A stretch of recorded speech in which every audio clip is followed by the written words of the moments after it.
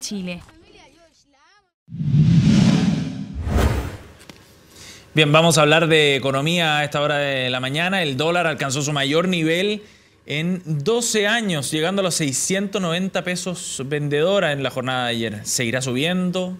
¿Va a bajar? ¿Qué es lo que va a pasar con el dólar? Vamos a conversar de ese tema y para eso nos acompaña el gerente de estudios de XDirect, Alexis Oces. ¿Qué tal, Alexis? ¿Cómo estás? Bienvenido, Buenos Alexis. días, muchas gracias. Ayer me fijaba en que JP Morgan había subido la estimación del dólar para fines de año, para diciembre, a 710.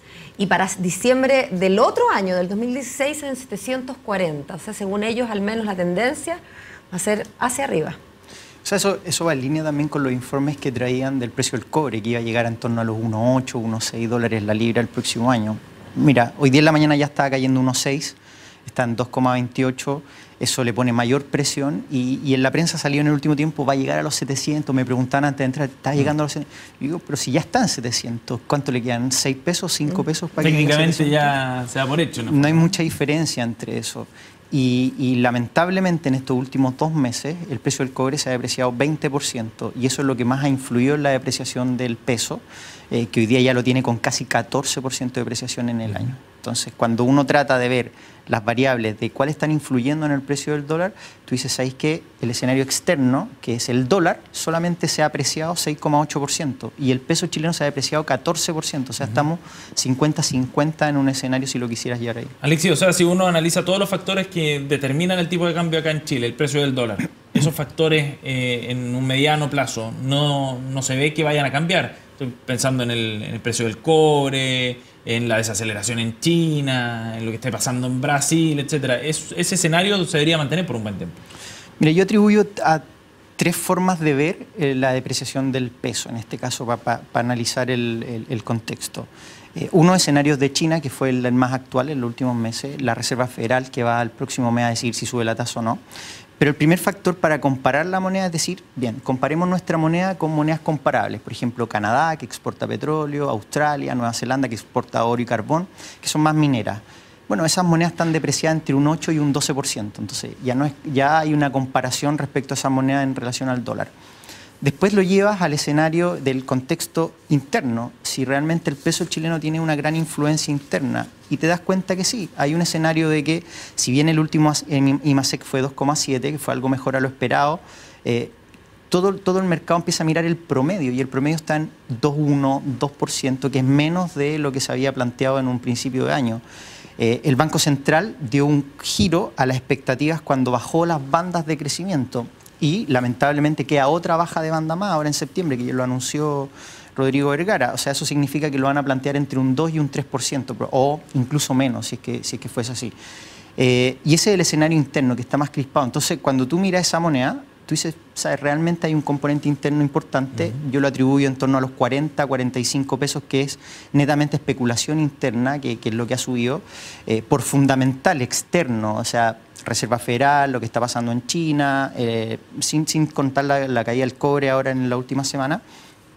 Tú ves que el tipo de cambio debiese estar en torno a los 650, 660 probablemente, no haber superado esos niveles. Y hoy día estamos llegando a 700 casi, podría haber una subida hasta 716, que eran los máximos del año 2002. Sí. Y yo siempre me pregunto con esto si realmente estamos en una crisis como la que vivimos en el 2002 o la del 2008, el subprime, que tenemos el tipo de cambio tan alto. Y no logro encontrar esa crisis más que una crisis de confianza y expectativa, que es muy baja. Que es más breve y menos profunda en ese sentido. Exacto.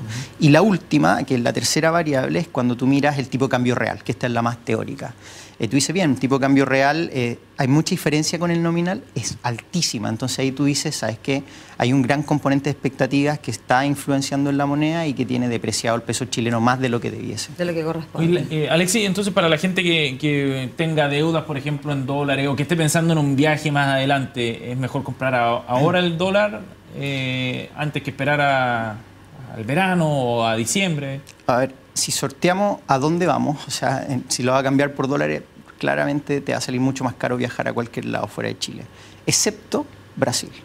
Porque Brasil, si tú comparas la moneda, el real brasileño está depreciado 31%, o sea, el doble de lo que está depreciada la moneda chilena. Pero entonces, la gente que va a ganar. viajar a Estados Unidos, por ejemplo, dice, voy a viajar en el verano, ¿me conviene comprar dólares ahora a 6.90, 700 o espero hasta...? Yo sigo manteniendo de que alguien que quiera comprar a tan largo plazo, enero, febrero, que mantenga todavía la compra, o sea, no lo haga en estos niveles tan altos. ¿Por qué? Porque cuando tú ves el tipo de cambio en 700, tú tendrías que explicarte qué es lo que está pasando con ese tipo de cambio en 700. Y la mayor expectativa están esperando lo que pase con la Reserva Federal en septiembre, que es a mitad del mes. Justo nos va a pillar para el 18 de septiembre.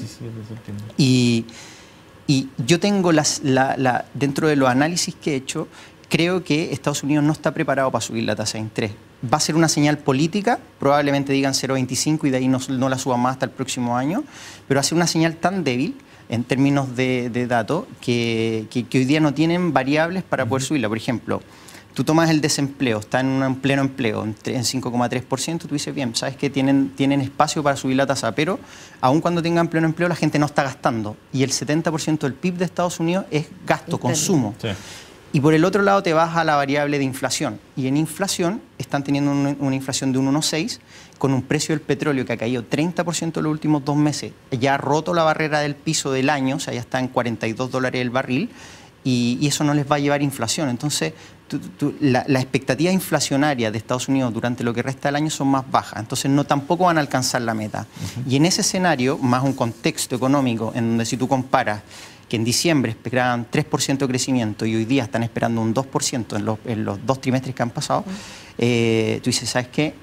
Estados Unidos ya no está creciendo al mismo ritmo y probablemente no tenga el espacio para subir la tasa en septiembre tan rápida. Y por lo tanto podríamos ver entonces a mediados de septiembre, tipo 20, una baja en el dólar. O sea, ahí se va a aclarar el panorama para esta especulación que hay sobre la tasa, lo que está pasando con China, que hoy día nuevamente cae el precio del cobre, la devaluación del yuan, y esa devaluación del yuan que se ha hecho en torno al 5%, pero todo el mercado espera una devaluación del 10%. Entonces dicen, ¿sabes qué? China podría devaluarlo aún más, aunque han dicho que esta es la última devaluación, pero yo creo que la van a devaluar más. Alexis, ¿este es un buen precio para los exportadores en Chile por estos días? Absolutamente, sí.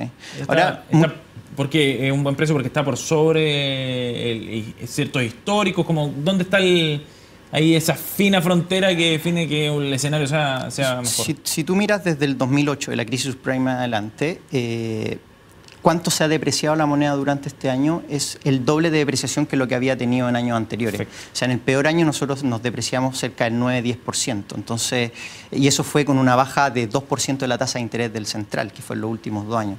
Y hoy día ya tienes el doble. Entonces, en comparación a eso, si tú comparas sobre esa variable, tú ves un tipo de cambio en 700 que es absolutamente favorable para los exportadores. La pregunta es si en este tipo de cambio hacen algún forward de venta para cubrir esos precios o no.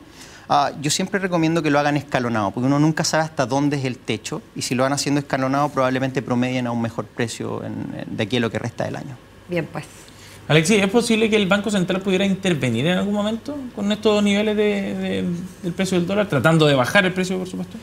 Si tú consideras que la inflación está alta, está fuera de los rangos, estamos hablando de un 4,4 y esa es la inflación total, porque si tomamos la inflación subyacente está más alta todavía, que es la más difícil de combatir. Creo que el Banco Central debiese dar una señal o una intervención verbal pronto, probablemente en la reunión de septiembre, que diga realmente si su política monetaria va a ir en ajuste a lo que hace Estados Unidos. Si Estados Unidos sube la tasa, el Banco Central la va a subir también. Por ejemplo, lo hizo México hace muy poco, dice, nosotros vamos a acomodar nuestra reunión en la igual fecha que la Reserva Federal, y si la FED sube, yo también voy a subir por esta depreciación del peso mexicano. Entonces, el Banco Central debiese dar una señal respecto a la inflación, si es que va a subir tasa o no a final de año o a principio del próximo, o una intervención verbal en el que diga que el contexto económico, una desaceleración, no puede subir tasas, pero podría venir una venta de dólares. Ahora, una venta de dólares también tiene un efecto negativo en términos del consumo, así que no parece tan una medida de largo plazo, pero sí podría frenar un poco también esta subida libre que está teniendo el tipo de cambio. Alexis, gracias por haber venido a CNN Chile. Que tengas un buen día. Muchas gracias.